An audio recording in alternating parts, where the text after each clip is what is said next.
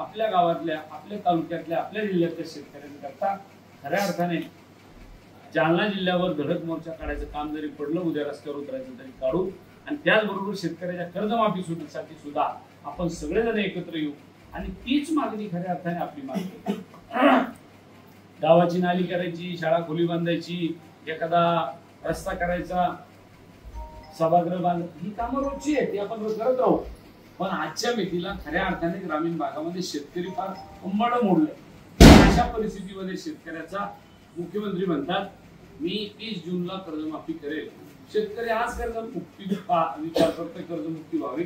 शेतकरी आज आत्महत्या करायला निघालाय आणि अशा परिस्थितीत आपण म्हणलं पाहिजे की 30 जूनला कर्जमाफी करू, जमेल का? म्हणून मला आपल्याला सांगायचंय की या ठिकाणी आपल्याला त्यांच्याकडून संघर्ष करून सुद्धा आपल्याला उद्या, आणि त्याच्यात पुन्हा अजितदादा अजून वेगळंच म्हणतोय, जरा सवय लावा म्हणे कर्ज भरायची. अजितदादा आम्ही 70,000 कोटी कमवले असते तर आम्ही सुद्धा कर्ज भरलं असतं. तर आम्ही म्हटलो शेतकऱ्याची मुलं आम्हाला आमच्या खड्या दाण्यामध्ये, आमच्या डाळ दाण्यामध्ये, आमच्या शेतीमालामध्ये, त्याच्यावर आमची उपजीविका आहे, त्याच्यावर आमचं पोट आहे, आणि म्हणून तुम्ही आमची चेंडळणा करताय, ते योग्य नाही. आज नाही तर उद्या दिवस बदलत असतात दादा, परिस्थिती बसून राहत नसते. पण आज नाही तर उद्या निश्चितपणाने बदल होईल आणि शेतकऱ्याचं पण राज्य पुन्हा एकदा येईल. शेतकऱ्यांच्या बाबतीत या सरकारला काही देणं घेणंच राहिलेलं नाही. काय म्हणायचं ते मला राहायचं तर राहा, काय करायचं ते करा. म्हणून माझी आपल्या सगळ्यांना विनंती राहील की आपण शेतकरी म्हणून आता एकजूट करण्याची गरज आहे आणि सरकारला धडा शिकवण्याची गरज आहे. हे सुद्धा मला आपल्याला या ठिकाणी सांगितलं पाहिजे.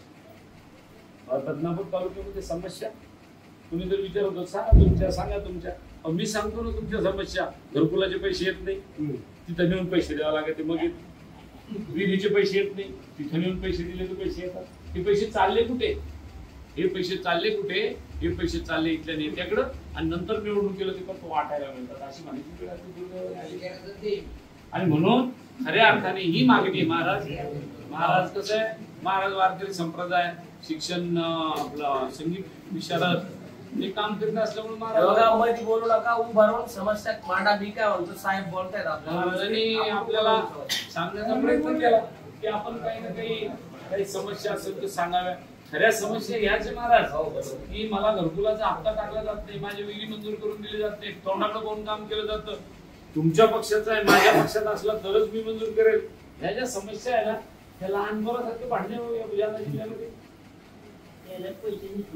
आणि इतकं सुद्धा करून पुन्हा त्याच्यावरही पैसे द्यावे लागतात. हा काय तमाशा. म्हणून मला मागणी माहिती, त्याचे उत्तर माहिती.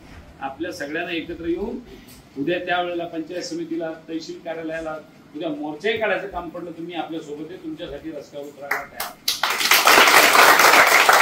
मागणी घेऊन खऱ्या अर्थाने आपला खासदार, मी एकमेव खासदार आहे 2 जिल्हा, आणि कुणाचा आहे? तुमचा आहे.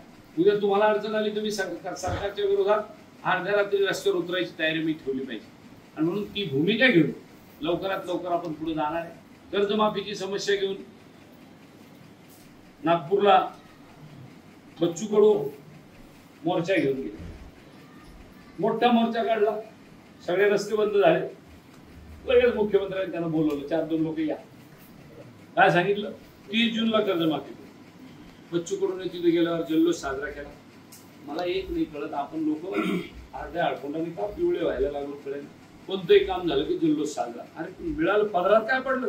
30 जूनला 9 महिने बाकी आहे, कधी मिळणार आहे कर्जमाफी? या सगळ्या बाबीचा आपण सगळेजण विचार विनिमय करून येणाऱ्या काळात, मग ते धोपेश्वरच नाही, मग बदनापूर तालुकाच नाही, अख्खा जालना जिल्हा आपला शेतकरी त्याचं कंबड मोडलंय, त्याच्या पाठीशी आपल्या सगळ्याला खंबीरपणे उभं राहण्याची गरज आहे. एवढंच आजच्या या कार्यक्रमाच्या निमित्ताने सांगतो. आपण सगळेजण एवढ्या मोठ्या संख्येने गावकरी या ठिकाणी उपस्थित राहिले त्याबद्दल आपल्या सगळ्यांचे आभार मानतो, आपल्याला धन्यवादही देतो. आपण मोठ्या प्रमाणात मला लोकसभेमध्ये सहकार्य केलं, आपण मला निवडून दिलं आणि मोठा विजय आपल्या आशीर्वादाने मला मिळाला, त्याबद्दल पुनश्च एकदा आपल्या सगळ्यांचे आभार मानतो आणि इथंच थांबतो. धन्यवाद. जय हिंद, जय हिंद.